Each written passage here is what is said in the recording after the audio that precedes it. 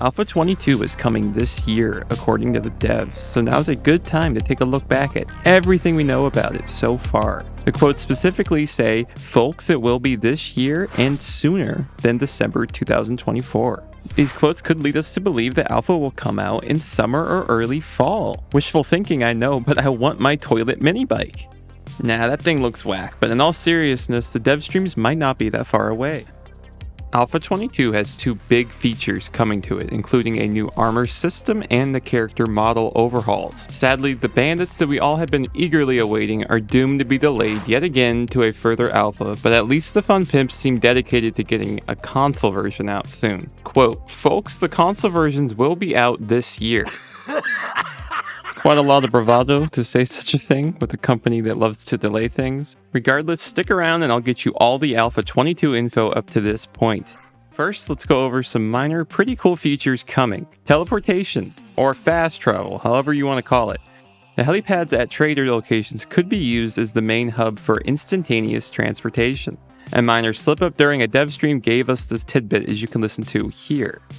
As you can see, there's a helipad that has an Alpha 22 kind of feature involved with it. We won't talk about too much tonight. Enhancing the trader locations in the earlier alphas probably was paving the way for a feature such as this. The world has been getting bigger and bigger for a while, and a concept like fast travel would be neat to see. They would really need to balance it out well though for it to work. For instance, how would the time of day work? Can we build helipads at our base? Can we fast travel on Horde Night? There's a lot of questions that can be asked, but I'm sure if we can build the helipad at all, it will be at the end of the game at some kind of quest reward or something from the faction leaders. Moving on to another feature, we have some information on animals coming back to the game. The pig is coming back all the way from Alpha 16 when it was removed for the boar. Animal husbandry has been a feature that many players have wanted to see expanded, and the devs seem to have listened. Maybe one day we can raise animals and be a little more self-sufficient in the land. Grace's model is also being reworked to be more detailed / disgusting, whatever you will view that as. A lot more tusks and more detail on her decaying body. You can see a lot of effort in this alpha being hyper-focused on the graphical feel of things within the game world, which leads us into the new zombie variation system and zombie gore that's being introduced. With there being only 29 zombie models in the game, things can get to feel a bit stale after a while.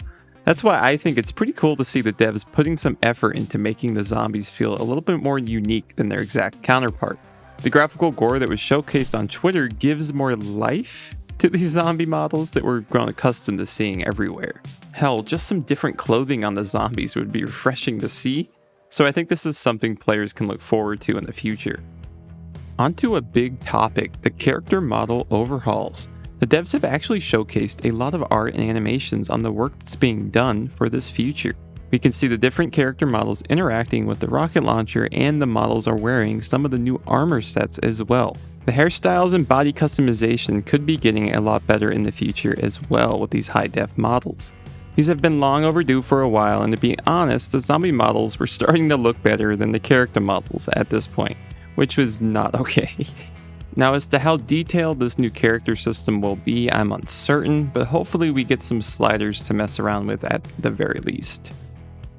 It feels like as the game constantly tries to stay up to date graphically, other much more interesting features like bandits must get delayed. It's a constant battle between trying to stay modern with the graphics but also add new content. And this battle feels like it's taking away from the main points of the game in the last few alphas, like the bandits. Nevertheless, let's get into the complete rework system of the clothing in the game. This is the other core feature we talked about in the beginning. A lot of the art you're going to be seeing for this is very, very old and could have changed conceptually completely, but we do have some modern-ish pictures to go on as well.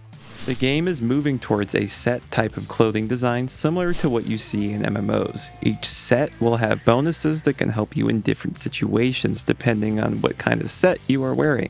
Each piece of the armor itself of the 4-piece set will have a small bonus to go along with the set bonus once you complete the whole entire ensemble. It's a lot of information to take in at once, but let's get started by looking at each set that we do know about currently.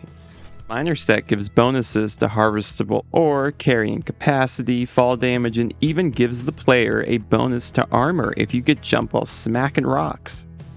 The Lumberjack outfit gives bonuses with axes towards harvesting, damage, and stamina usage. It also gives the player a small speed boost when running around in the snow or forest biome. The full set offers better carrying capacity as well. Next is the Nerd set, which pretty much gives bonuses that you would expect. Crafted items are better, more EXP, for some reason fall damage reduction, and finally the full set bonus of even more EXP and robotic damage. Then we have the Farmer outfit, every survivalist's dream. 10% chance at another crop, more rifle damage, which I particularly like, and sprinting stamina usage reduction in grass. The full set bonus giving you immunity to food weight and an armor increase of 10. The Nomad set here looks so damn cool. I think it's one of the best designed sets. It gives you a bonus to buying and selling items, which is probably going to be one of the most powerful features of the armors. It also comes with tons of radiation reduction bonuses and exploration bonuses. Last but not least, we have the Scavenger outfit, which has enhancements to harvesting in general, looting, and light armor. It's more of the stealthy explorer build, while I feel like the Nomad outfit we just talked about is like aggressive in that department. Those were all pretty cool concept designs, but let's get into some of the armor sets we have seen actual game pictures for. I'll start with the Commando set, which is actually currently in the game on a mannequin. This set will probably replace the military armor we currently have and likely feature stat bonuses similar to medium armor while being resistant to explosions or perhaps bullets. Maybe it can even somewhat counter the Demolisher. Then we have the desert armor, which as the name implies will likely have high temperature resistance and perhaps dehydration resistance of some sort. I'm just curious what kind of mods the devs are going to come up with that do something different than what these armor sets are currently going to do. Seems like we're kind of heading down a path we've already been down. I don't know what they're going to do with the mods. Here we have the Raider and Iron/Steel armor sets, which will probably act as some sort of heavy armor type in Alpha 22. They will have heavy damage resistance and a movement penalty to boot though. These may be the types of armor the players expected to make before going after some of those new sets I showcased earlier. I would hope that those are harder to acquire than just a basic set of armor. I know the whole amount of time that devs have spent on clothing can piss some people off when we have other parts of the game that could be worked on, so let me know what you guys think about it in the comments. Do you like the clothing system? Do you hate it? I'm curious what everyone's thinking about it currently. Well, now that we're done with the clothing, let's move on towards the vehicle part of the Alpha. All of the vehicles are getting redone in terms of look and feel, and probably getting some new mods as well for them.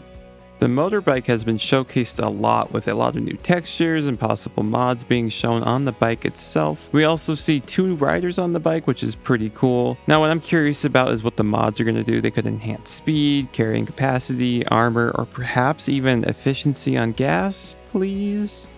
But regardless, it seems like the devs really have a big focus on the motorbike. I joked about the toilet mini bike earlier, but the devs seem to have moved away from that concept art to this, which does look a lot more realistic in my opinion. You can see a lot of potential mods in this baby as well, especially those gas cans and some storage cans. Be nice. Then we have the Jeep, which has some of the coolest art, I believe, of all the vehicles. Some of the mods this thing has are amazing. The snowplow on the front should just make the Jeep immune to damage from the front, in my opinion. Although I doubt that's the case, it's probably just a damage reduction of some sort. I haven't seen any art for the gyrocopter yet, but we did talk about the helipads and fast travel stuff earlier, so perhaps they are bringing in a new helicopter for that, maybe? That'd be pretty cool. Some big news actually came out recently as well for the game's lore/backstory. The devs released some new art for the newspapers that are going to come out in Alpha 22 that really give a lot more information on the story of the game. It's honestly pretty cool stuff if you're into the deep lore of the game and figuring out how all this really went down. I made a video really deep diving into this that I will link in the description and at the end of the video. But they pretty much just mention a lot about the Duke and the president and how he ended up nuking the whole country trying to save it, and it gave us a date for the world ending. It was all pretty interesting stuff and confirmed a lot of what was speculated. That's pretty much all the big changes coming towards the game though. A lot of it is confirmed, but some is guesswork as you saw. The assets for a lot of clothing and other models are close to being done, which kind of supports the idea that this could be coming out in fall, hopefully. Oh, and before you go, I would also like to mention the game's performance, which should be getting a decent increase in FPS in the next alpha. Due to the way that the inside of buildings will be rendered through windows, there should be a 5% increase to FPS and even up to over 20% in some cities, which are literally a lag hellzone even with some of the nicer computers. The game really needs to perform better, especially in the expanding cities if it wants to come out on consoles ever, which we shall see. Hit the subscribe button if you enjoyed the video and want to stay updated on the game, and check out the video about the Duke if you want to deep dive into those lore items that we talked about just a second ago. I'm Exotic Gaming, and I'll see you in that next video.